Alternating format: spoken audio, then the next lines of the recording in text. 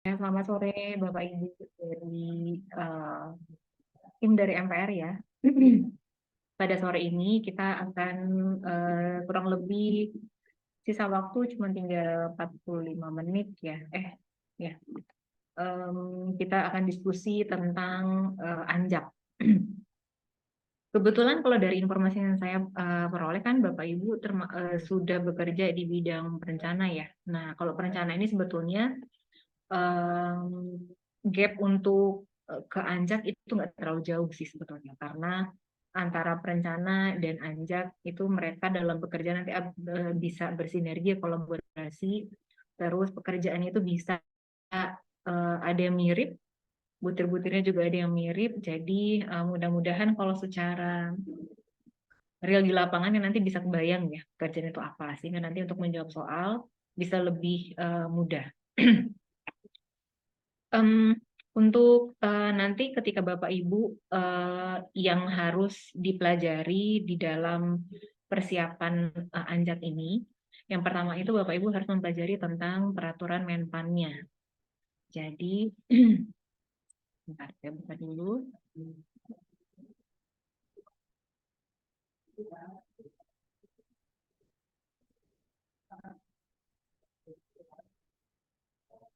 Jadi, di Permenpan 45 ini Bapak Ibu harus menguasai sebetulnya antara Permen. Jadi kalau Anjak itu dia aturannya ada dua.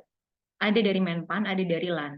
Kalau Menpan itu adalah kementerian yang mengatur semua ASN. Jadi semua JF itu pasti akan ada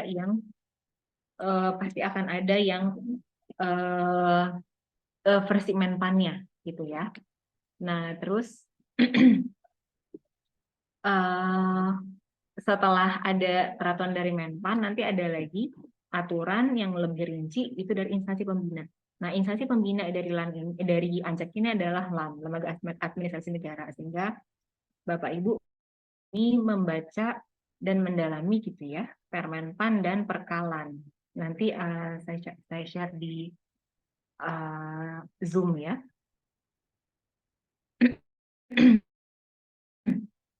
Jadi kalau untuk di dalam Permenpan ini yang Bapak Ibu harus fokuskan, kalau Permenpan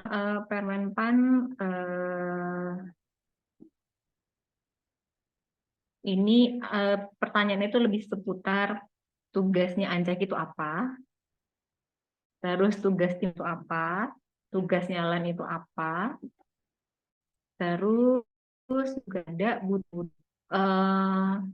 Kita langsung jumping ke sini ya, ke sini. Misal kalau membuat rekomendasi kebijakan nggak kreditnya berapa? Memo kebijakan itu 3, telaan staf itu 5. Nah ini suka keluar biasanya. Terus apa perbedaan antara unsur penunjang, unsur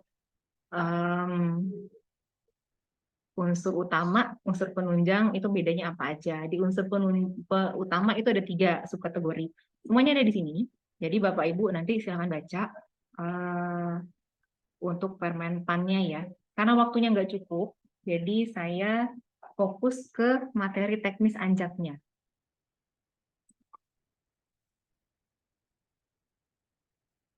Saya share dulu ya yang Permenpannya. Oh, nanti aja mungkin sambil ada yang bertanya ya. Oke, kita ke paparannya dulu ya.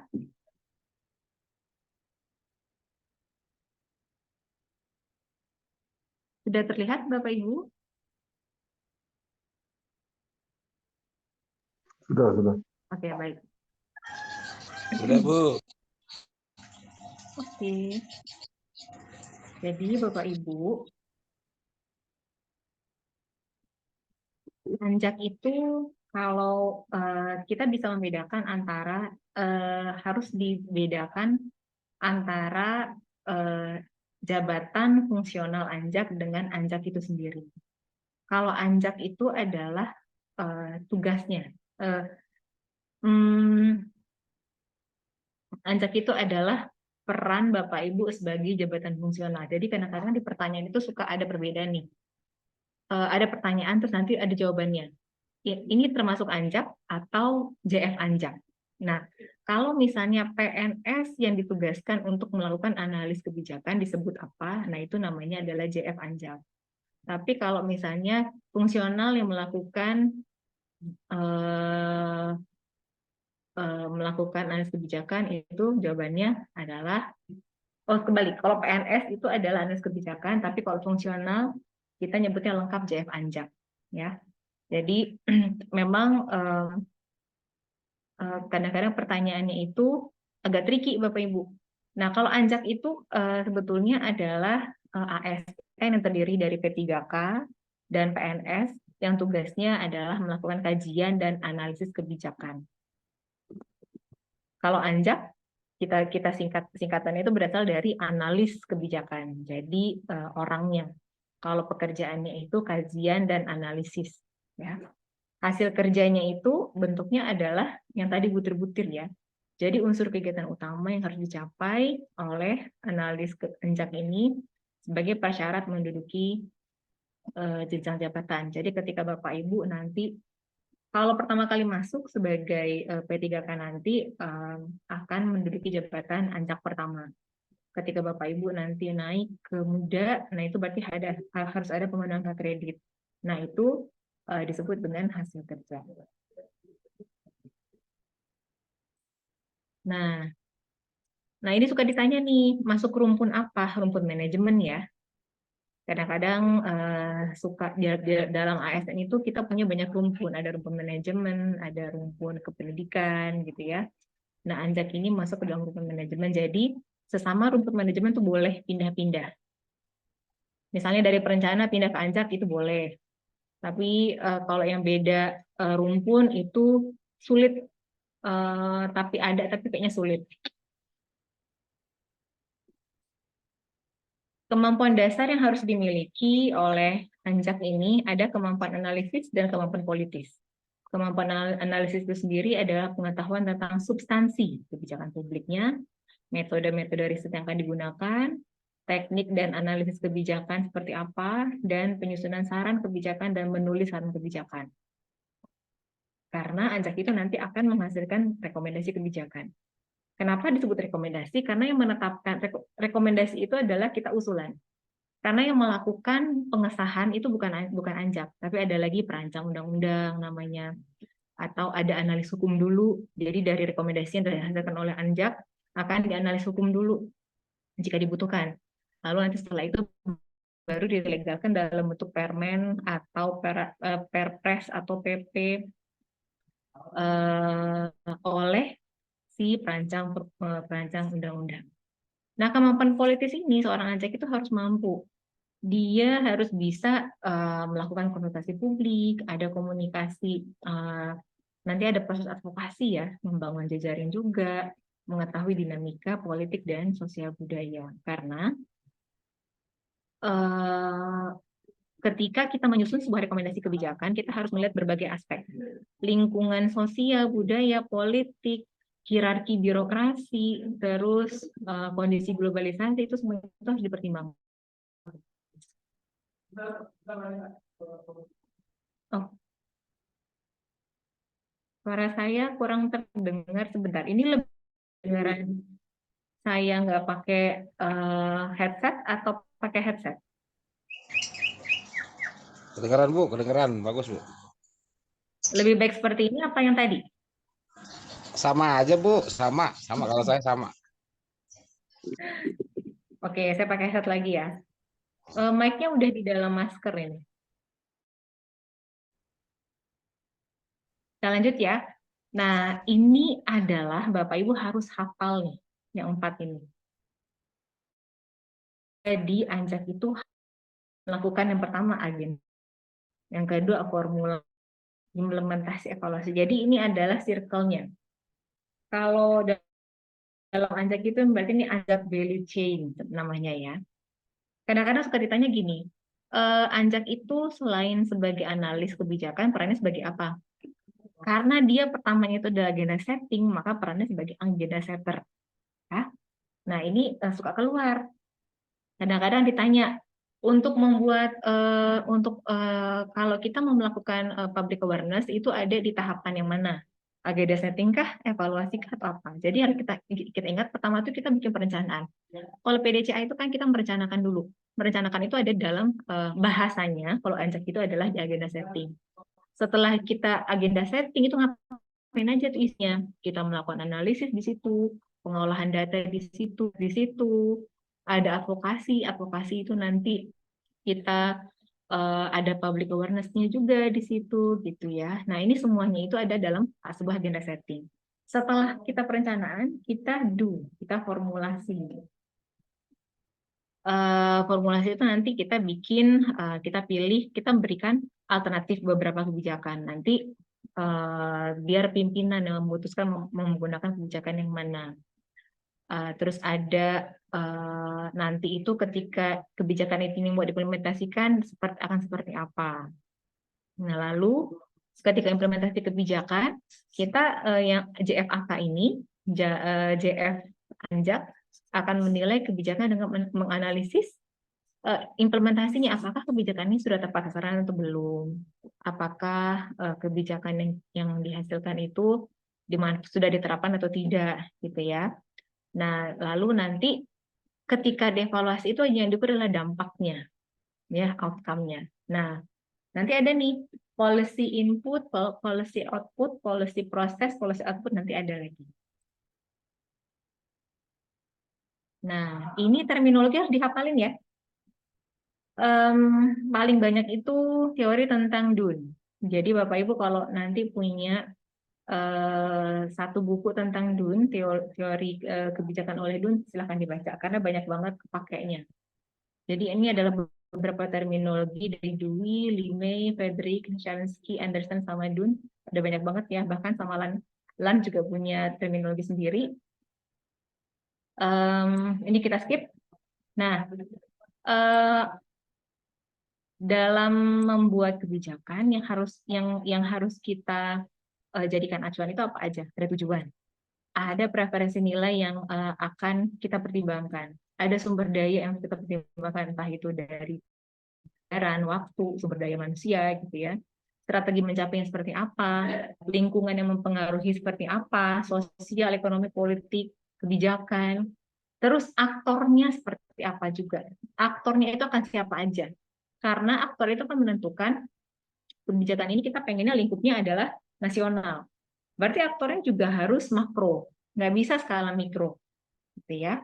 Jadi dalam kerja yang harus dipertimbangkan oleh si Anjak.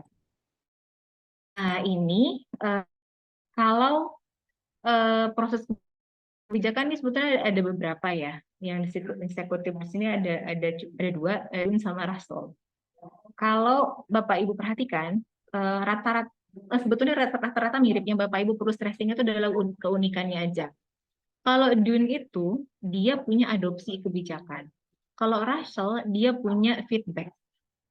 Nah, jadi kalau nanti ada pertanyaan dalam proses kebijakan diperlukan feedback itu menurut siapa? Atau ada pilihan 1, 2, 3, 4 yang punya Russell yang mana? Jadi dihafalin aja nih. Kalau DUN itu dia punyanya adopsi. Kalau Russell dia punyanya umpan balik. Rata-rata mirip. Tapi keunikannya mereka tuh punya karena teori mereka adalah pakar dengan teori dasar yang terlihatnya berbeda-beda, tentunya mereka punya keunikan ya. Jadi yang kita cari itu yang kita pegang adalah keunikannya aja, faktor pembedanya. Nah, informasi yang dibutuhkan dalam pembuatan kebijakan adalah masalah. Kalau dalam kebijakan itu kita kenal dengan isu kebijakan. Itu adalah masalahnya. Setelah kita punya isu, apa hasil yang diharapkan? Kita pengennya mau ngapain? Kalau misalnya kemarin kita punya masalah pandemi, itu adalah isu. Nah, kita punya isu kebijakan adalah pandemi, masalah COVID. Hasil yang diharapkan apa? Pandemi ini selesai. Nah, untuk menyelesaikan masalah pandemi, pilihan-pilihan apa, alternatif kebijakan apa yang harus kita keluarkan? Tentunya ada tahapan untuk memilih kebijakan ini. Nah, terus eh, apa dampaknya, dampak dari kebijakan ini yang sudah diterapkan. Nah, lalu setelah itu nanti dilihat lagi kinerja dari kebijakan seperti apa, efisienkah, efektifkah, gitu ya. Kalau hasilnya itu apakah misalnya pandemi terselesaikan atau tidak. Kalau misalnya tidak, berarti pasti nanti ada lagi eh, faktor penyebab yang akan menjadi, akan ada proses evaluasi kebijakan, yaitu yang akan membuat kebijakan itu bisa diperbaiki terus-menerus gitu ya. Nah, aktor. Jadi em, aktornya itu ada policy maker dan ada policy analyst. Kalau policy maker ini tugasnya ngapain aja nih? Nah, ini nih. Dia nyusun, kalau analisnya dia merumuskan masalah. Kalau policy maker-nya ngapain? Dia memformulasikan kebijakan. Analisnya melakukan peramalan atau forecasting gitu ya. Terus policy maker-nya dia melakukan analisis kebijakan, analisnya rekomendasi, dan seterusnya. Nah, ini termasuk jenis-jenis kebijakan yang Bapak Ibu juga harus kuasain ya. Ini juga banyak keluar. Jadi ini nanti bisa dibaca. Cuman yang saya tekankan, mudah-mudahan Bapak Ibu bisa mengikuti dengan baik dengan melalui visual dan pendengaran ya. Jadi ini boleh di Mbak Febi, boleh di mute yang bocor. Ya, terima kasih. Kebijakan substantif itu kebijakan yang tentang kita harus ngapain. Ya, substantif itu tuh untuk substantif itu kan sebetulnya kan ini ya, ada kontennya, ada materinya, ada isunya. Jadi kalau substantif itu pasti dia kebijakan dilakukan untuk mengatasi masalah tertentu. Kalau prosedural itu bagaimana tahapan-tahapan melakukan kebijakan substantif, ya. Jadi ada SOP-nya, ada tahapan, ada prosesnya. Kalau distributif itu untuk memberikan akses yang sama. Kalau regulatif mengatur pola, perilaku, sikap. Kalau redistributif, jadi tadi ada distributif, ada redistributif. Kalau redistributif itu ketika kita distribusikan, tapi kita distribusikan kembali kepada kelompok-kelompok tertentu, gitu ya. Jadi kita punya kebijakan distributif. Contohnya di sini kan ada pajak misalnya, atau BBM. Nah, tapi nanti kebijakan BBM itu nanti akan dikembalikan lagi ke orang-orang tertentu aja. Jadi tidak semuanya bisa dinikmati oleh masyarakat luas. Nah, kalau material ini untuk keuntungan untuk sumber daya tertentu, untuk sekelompok orang tertentu, sekelompok tertentu. Jadi materialnya itu di sini contohnya adalah beras. Materialnya beras, tapi kelompok tertentu untuk orang miskin. Kalau simbolis untuk penghormatan terhadap kelompok tertentu, misalnya untuk agama ya. Kalau barang publik ini tentang barang-barang publik. Kalau privat itu barang-barang untuk yang konsumsi secara pribadi ya. Tetapi tetap harus diatur. Contohnya adalah pemilikan tanah. Kalau yang publik itu jalan raya, pasum ya. Nah, ini jenis-jenis kebijakan yang Bapak Ibu harus bisa kuasai dengan baik. Kadang-kadang nanti soalnya itu ada contohnya, nanti silahkan ini termasuk kebijakan apa. Atau ada soal ini pengertiannya, nanti Bapak Ibu pilih kebijakan apa, gitu ya. Nah, ini tadi, kalau policy inputs ini adalah sumber daya yang apa yang dibutuhkan untuk merancang sebuah kebijakan. Ada waktu, ada anggaran, ada SDM, gitu ya, ada peralatan. Kalau prosesnya itu apa saja, cara-caranya mau seperti apa? Ada kegiatan ekspresifnya, misalnya bentuknya mau seperti FGD kah, atau diseminasi kah, gitu ya, atau apapun pendekatannya. Outputnya itu mau seperti apa yang akan dihasilkan? Apakah kebijakan yang terkait barang atau jasa? Atau malah sumber daya? Nah, policy impact apa perubahan aktual yang ingin diharapkan dari sebuah kebijakan. Jadi dampak ya.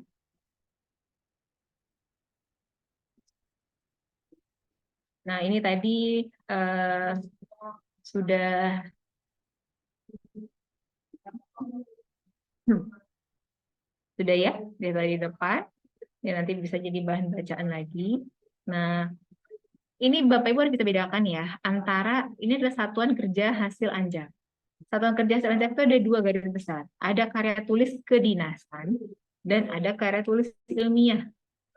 Nah, yang perlu dihafal itu yang ilmiah aja, karena sisanya adalah kedinasan.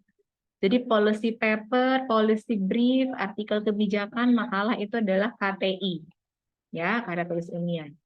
Policy brief itu adalah ringkasan kebijakan. Jadi kalau policy paper itu kebijakan yang isinya itu lebih komprehensif, lebih lengkap. Kalau brief itu lebih, yes, dia cuplikan apa ringkasannya saja. Bukan risalah kebijakan ya, tapi ringkasan kebijakan. Nah, yang sisanya ini adalah karya tulis kedinasan. Nah, kalau secara angka kredit itu pun pasti berbeda. Kalau karya tulis ilmiah itu bisa nilainya itu bisa 10, bisa 15, tapi kalau yang karya tulis kedinasan mungkin ada yang 3, ada yang 5 gitu ya, karena policy inputnya beda, prosesnya juga beda gitu ya, aktornya juga beda, jadi uh, ini akan berbeda. Nah, kalau berbicara tentang SKP, ini kemarin juga ada nih. Nanti Bapak Ibu kalau ada tryout SKP itu nanti akan sedikit diulas. Jadi kalau SKP itu semua JF itu pasti akan memiliki SKP. Mau JFT tertentu atau JFU umum pelaksana itu punya SKP. SKP itu adalah sasaran kerja pegawai. SKP ini nanti didefinisikan di awal tahun untuk dijadikan target dalam setahun itu kita mau ngapain. Isinya itu adalah perwakilan dari butir. Tidak harus butirnya, tetapi bisa bahasa organisasi. Kalau misalnya bahasa butir kan SKP-nya itu misalnya menghasilkan policy brief 2, misalnya gitu ya. Nah, kalau di SKP yang mekanisme baru itu sudah tidak lagi menggunakan blok-blok butir, tapi harus sesuai dengan SKP pimpinan atau perkin pimpinan namanya. Jadi kalau perkin pimpinannya itu menghasilkan kebijakan teknis, berarti kita sebagai ANJAK itu SKP-nya adalah menyiapkan konsep rekomendasi kebijakan, gitu ya. Karena kita menyiapkan ANJAK-nya itu, menyiapkan atau menyusun. Nanti outputnya bisa 1 monograf, 1 telaan staf. Ya, harus disesuaikan dengan kalau misalnya dari tempat Bapak Ibu memperbolehkan butir ya silahkan, tapi tidak serta-merta diwajibkan harus butir. Boleh butir atau boleh bahasa yang turun dari perkinnya. Kalau turun dari perkin tuh itu wajib ya, tapi bahasa yang kita pakai boleh butir, blok-blok butir, atau boleh turunan perkin yang kita bahasakan searah dengan senada dengan ANJAK, gitu ya.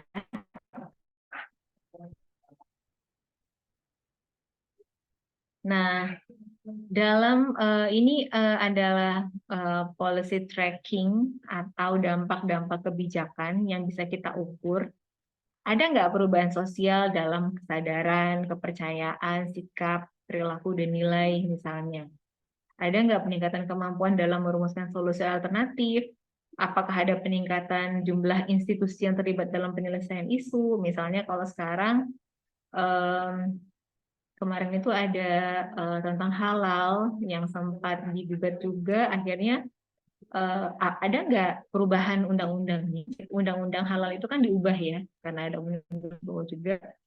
Apakah memungkinkan adanya institusi yang bertanggung jawab. Nah, terus apakah ada peningkatan kesadaran untuk kolaborasi antara masyarakat, lembaga, swasta, pemerintah, gitu ya? Ada nggak peningkatan atensi atau pengetahuan publik terhadap isu? Apakah masyarakat menjadi lebih tahu tentang suatu kebijakan atau tidak? Peningkatan jumlah cakupan konsultasi kebijakan seperti apa, gitu ya? Makin banyak permintaan publik terhadap informasi, itu apakah menandakan kita sudah efisien atau tidak ya melakukan implementasi kebijakannya misalnya gitu. Apakah ada peningkatan jumlah cakupan kampanye kebijakan, terus peningkatan dalam hal liputan media. Nah, dalam liputan media ini juga kita tidak hanya melihat kuantitas, tapi kita juga lihat kualitas dari ulasan dari isi media yang dipublish, ya.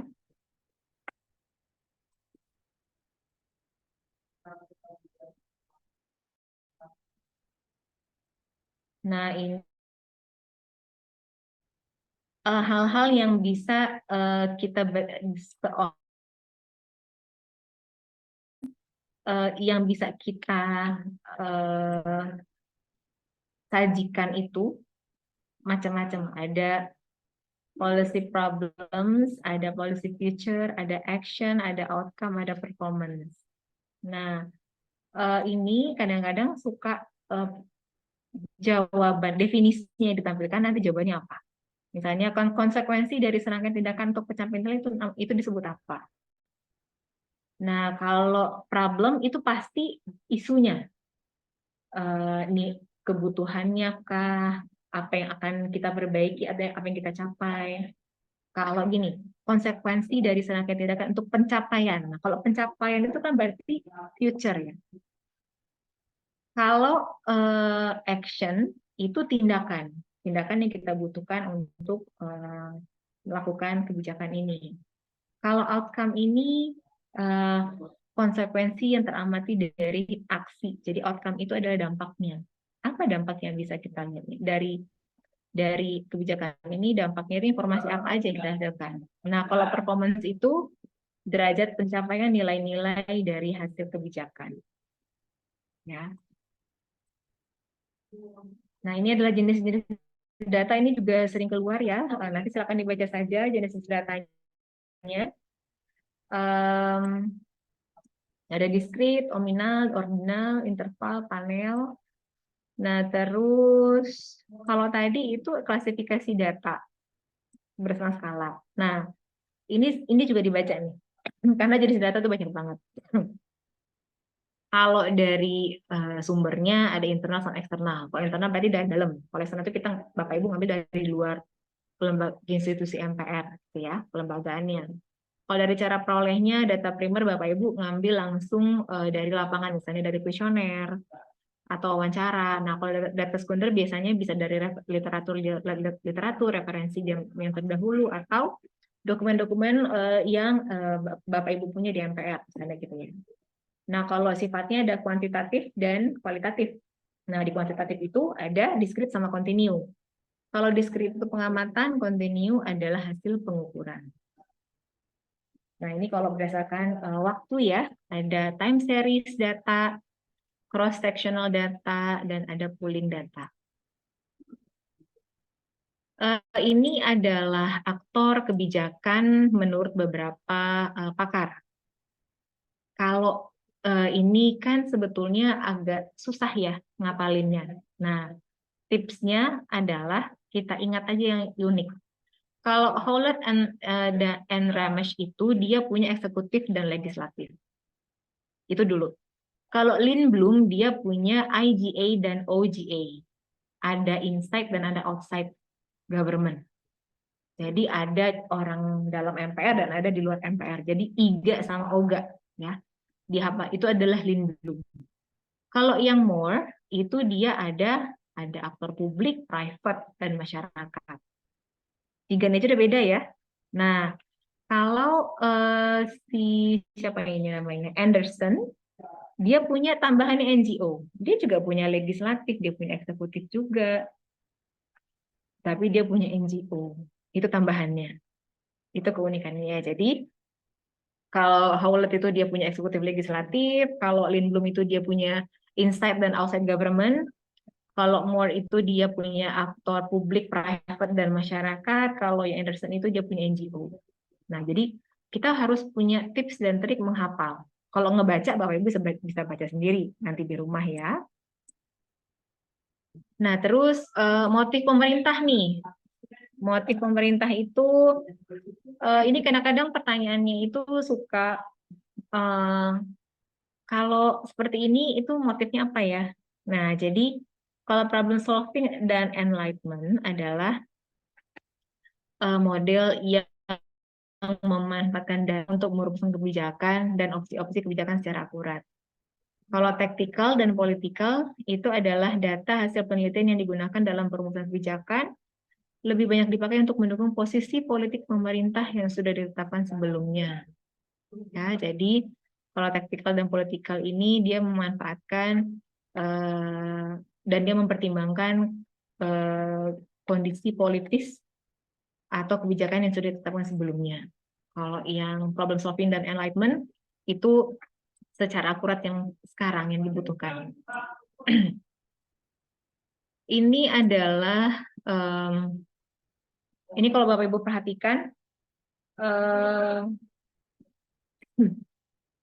kita tuh punya beberapa pakem yang diberikan oleh LAN dalam memberikan dalam soal CAT ya.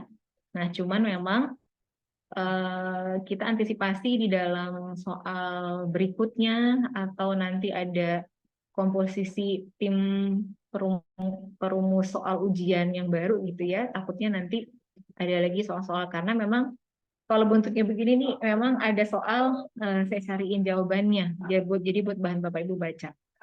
Jadi kalau pendekatan empiris itu adalah sebab akibat. Kalau evaluatif itu apa sih tujuannya untuk mengevaluasi gitu ya. Nah, kalau normatif itu kita fokus kepada tindakan apa yang harusnya kita lakukan ya. Nah, ini banyak nih keluar nih klasifikasi barang. Private goods, toll goods, public goods, common pool goods. Private goods yang kita bisa konsumsi secara pribadi. Kalau toll goods yang bisa kita konsumsi secara bersamaan. Kalau public, nah ini kan sama ya, toll goods sama public goods sama nih, sama-sama dapat dikonsumsi secara bersamaan. Tetapi kalau yang public ini tidak bisa kita melakukan eksklusif untuk tertentu itu nggak bisa. Kayak misalnya kita mau melarang mancing di laut, agak susah gitu ya. Terus apa lagi ya? Ini juga sudah. Sekarang, oke. Ini materinya. Ya, materinya sudah selesai. Jadi materi yang sore ini memang fokusnya ke teknis. Cuma nanti ketika Bapak Ibu akan try out, nanti kita akan bahas jawaban dari masing-masing try out gitu ya. Rata-rata sih keluar ya dari yang paparan tadi. Cuman kalau yang seputar anjaknya kayak Permenpan atau Perkalan itu Bapak Ibu harus baca. Kalau ada yang ditanyakan silakan saya sambil nge-share dulu filenya ya. Ya Bu, izin tanya Bu. Ya silakan Pak. Kalau asumsi saya dari pengamatan yang sudah dijelaskan, itu rata-rata bersifat kebijakan Bu ya, tapi tidak ada pasal-pasal hukum gitu. Karena kan analis kebijakan itu rata-rata kami kan sarjana hukum itu. Kalau dilihat. Oh, kalau pasal-pasal hukum enggak sih Pak. Jadi memang enggak ada. Karena itu kita punya JF sendiri analis hukum. Nah, kalau analis hukum itu mungkin tuh tentang KUHP, pidana perdata. Kalau Anjak itu memang dia berbeda ya, mirip tapi berbeda tusinya dengan analis hukum. Jadi kalau dari soal-soal yang ada itu jarang ada, mungkin nggak ada ya Pak ya. Ya cuman mudah-mudahan sih nggak ada ya. Mm-mm. Oke oke Bu, makasih Bu. Ya ini Permenpan Permenpan tentang JFAK-nya, terus ini ada Perkalan. Silakan di-download Bapak Ibu. Saya kirimin ke PPL juga. Insya Allah kalau Bapak Ibu baca Perkalan, Permenpan, terus baca em, mm, literatur-literatur tentang analis kebijakan, kalau ada Bapak Ibu punya buku tentang DUN itu bagus ya, itu banyak dipakai oleh LAN itu sendiri sih. Oh ya Ibu, sekarang izin Bu. Tadi yang Mhm. modul-modul tadi itu yang sekalian diunduh sama kita ya tadi, barusan Bu ya? Iya, itu untuk Yang tadi Ibu eh jelaskan. kenapa? Enggak, yang tadi Ibu jelaskan modul itu tadi, itu kita dapetin, kita dapat atau enggak ya Bu ya? Apakah yang tadi Ibu udah kasih Modul melalui download itu? Yang tadi Ibu jelaskan itu yang di slide-slide tadi, di slide-slide tadi yang di ada Ayo, kalau yang slide dana ini yang tadi yang saya kasih. Heeh, ini um, saya bentar, saya kirimin dulu. mm,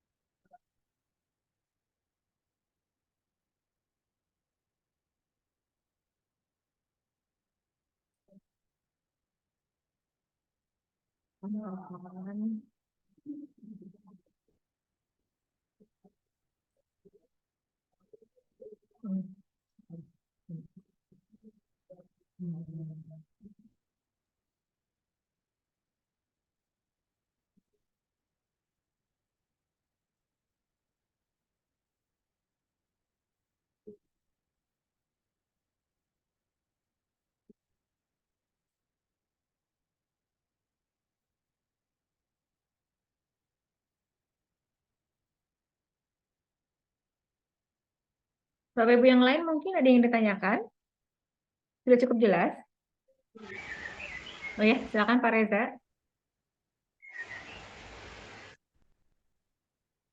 Em, Suaranya seperti tidak terdengar, Pak.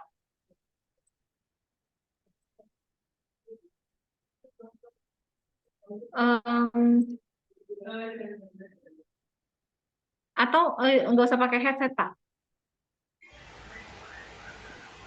Oke, cukup terdengar Bu, Oke, jelas. oke, cukup Oke, terdengar. Terima Bu kasih. izin Bu mau menanyakan terkait dengan tadi yang Ibu sampaikan dalam slide itu terkait dengan Mm-mm. jenis kebijakan ya Bu.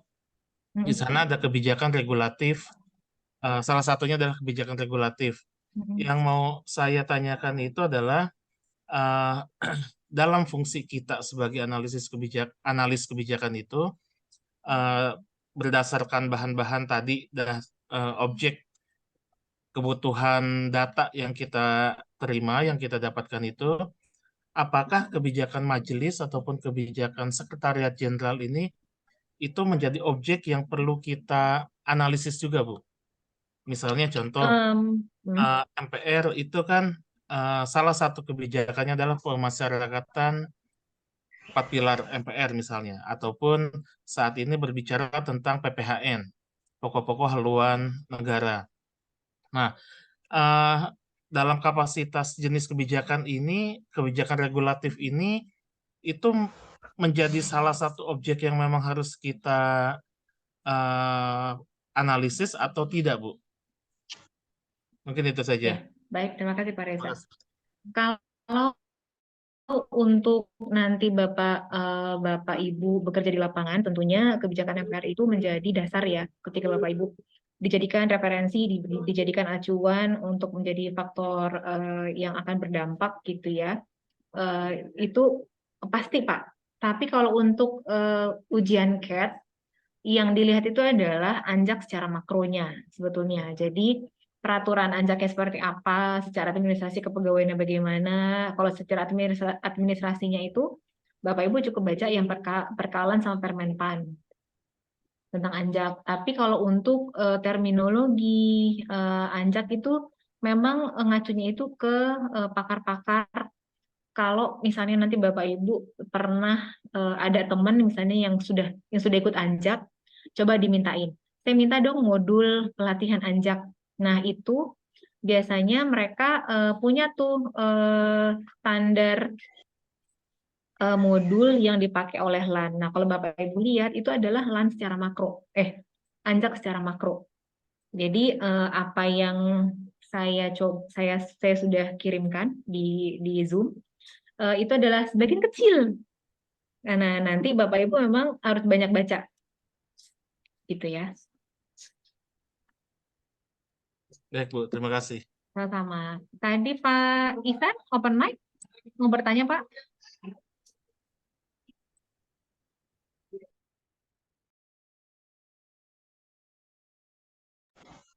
Ya, Bu. Assalamualaikum, Bu. Waalaikumsalam Pak Ivan. Oh ya, tadi saya cuma minta apel ya, Bu, untuk modul belajar di rumah gitu. Sudah dikirim dari Bu. Oh iya, sudah saya kirim Pak. Itu aja, Bu. Makasih, Bu. Siap.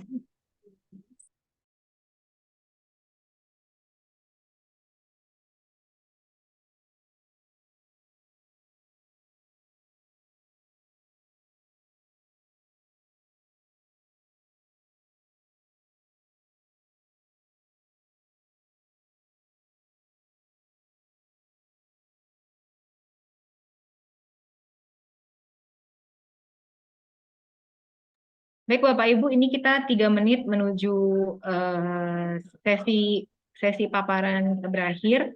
Saya berharap Bapak Ibu bisa membaca kembali perkalan Permenpan RB tentang JF Anjak, terus ada ringkasan ya. Jadi yang saya kirimkan itu adalah ringkasan materi. Saya berharap Bapak Ibu juga bisa baca literatur lebih banyak ya, entah itu secara digital ataupun buku. Semoga memperkaya pengalaman saya di kementerian sebelumnya. Itu kalau sudah ikut tryout kedua itu kita udah bisa melihat, oh ternyata stylenya seperti ini, oh gambarnya seperti ini, dan saya berharap Bapak Ibu ada peningkatan dari TO pertama kedua dan seterusnya gitu ya. Dan memang kalau sifatnya terminologi, kalau misalnya kita lihat menurut siapa, nah itu memang harus dihafalin. Tapi yang kita harus hafalin itu kita cari faktor pembedanya, karena kan ada banyak ya. Yang saya sarikan itu sudah pakar-pakar anjak yang sering dipakai sebetulnya. Cuman takutnya misalnya aktor menurut siapa. Nah, tadi itu belum ada aktor menurut Dun, belum ada. Ya. Jadi silakan deh lebih banyak. Kami berharap Bapak Ibu bisa lebih siap ya. Jangan takut, kita membersamai proses Bapak Ibu semua. Insya Allah dengan adanya beberapa kali tryout, Bapak Ibu bisa lebih terbiasa lagi. Mudah-mudahan kalau yang khusus, formasi khusus, infonya sih kalau formasi khusus nggak pakai passing grade ya, tapi tinggi-tinggian, katanya sih begitu. Ya mudah-mudahan saja. Karena kalau formasi khusus berarti Bapak Ibu bersaing bersama teman-teman sendiri di MPR ya. Dan apalagi kalau Bapak Ibu adalah bagian dari perencana, insya Allah sih nggak terlalu susah membedakan soalnya ya, karena antara perencana sama anjak bersinergi kerja bareng, jadi insya Allah bisa. Mohon maaf jika ada yang kurang dan kurang berkenan dari saya, dan saya mewakili Reforma ID mengucapkan terima kasih. 1 menit menjelang selesai, ada yang ditanyakan dulu? Sudah cukup? Cukup, Bu. Baik. Makasih. Ya, jangan lupa di-download ya Pak, sebelum nanti Zoom-nya di shutdown ya. Jangan lupa di-download dulu ya. Ada 3 file. Terima kasih sekali lagi. Assalamualaikum warahmatullahi wabarakatuh. Sampai bertemu di sesi berikutnya. Salam sehat ya Bapak Ibu, dan semangat. Saya pamit Waalaikumsalam. ya Bapak Ibu. Eh, Sebelumnya untuk Bapak dan Ibu sekalian, boleh langsung meninggalkan ruang Zoom ya. Terima kasih.